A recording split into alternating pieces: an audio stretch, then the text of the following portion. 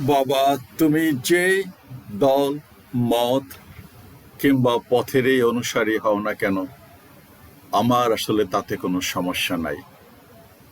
আমার নতুন প্রজন্মকে আমি বলছি, বাট এই দেশটা তোমার, এই পৃথিবীটা তোমাদের, তোমরাই আগামীর পরিচালক, মালিক। তোমাদের সন্তানরাই এখানে পদচারণা করবে, তারাই বসবাস করবে। কিন্তু এই যে একটা ঘটনা ঘটলো 24 জুলাইতে, তারপরে তার আগে কি ছিল সেটা তো সবাই জানে। তোমরা তো সবাই ম্যাচিওর। আমি তো বলছি 15 থেকে 35, আমার তো বলা চোখে আঙ্গুল দিয়ে দেখাবার কিছু নাই। কিন্তু কোনো গুণগত পরিবর্তন কি দেশটার আসলে আসছে? আসতে পারতো। এই যে দুইজন, নাহিদ ইসলাম এবং হাসনাত, এরা করতে পারতো। একটা বিপ্লবী সরকার করতে পারতো। এই যে এখানে একজন যারা বলছে দেশপ্রেমিক, রাষ্ট্রে গুরুত্বপূর্ণ পদে, এনাদেরকে বসানো উচিত ছিল। আমি কথাটার সাথে শতভাগ একমত। আমি সেজন্যই এই ভিডিওটা দিচ্ছি। বা এনাদের চেয়ে যদি আরো ভালো কেউ আসে, দেশে থাকতে পারে, খুঁজে বের করে একটা বিপ্লবী সরকার তারা করতে পারতো, ইজিলি করতে পারতো। তারা যদি দেশবাসী সমর্থন নিয়ে করতো, কেউ বাধা দিতে পারতো না, এরকম কোনো শক্তি ছিল না। আমি ব্যক্তিগতভাবে একটা গুণগত পরিবর্তন আশা করেছিলাম, খুব আশাবাদী ছিলাম।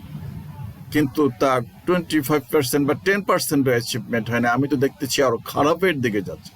একটা গেছে, আর একটা আপদ আসছে। আমি দুঃখিত। আমি নতুন প্রজন্মকে আগেই বলছি, বাবা, তুমি যেই দল, যেই মত ও যেই পথেরই হও না কেন, আমার তাতে কোনো সমস্যা নাই। I like you, I love you all.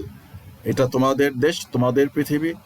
তোমাদেরই চিন্তা করতে হবে যে আসলে কি করলে, কাদেরকে ক্ষমতায় আনলে রাষ্ট্রটা ভালো চলতে পারে, আমাদের রাষ্ট্রটা সুখে শান্তিতে সামনের দিকে এগিয়ে যেতে পারে, আমরা একটা ঐক্যবদ্ধ শক্তিশালী জাতিতে পরিণত হতে পারি।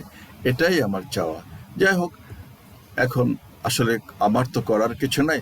আমি শুধু তোমাদের নলেজে দিলাম যে এরা, এই যে দুজন বা আরো এদের সাথে যারা ছিল, এরা করতে পারতো।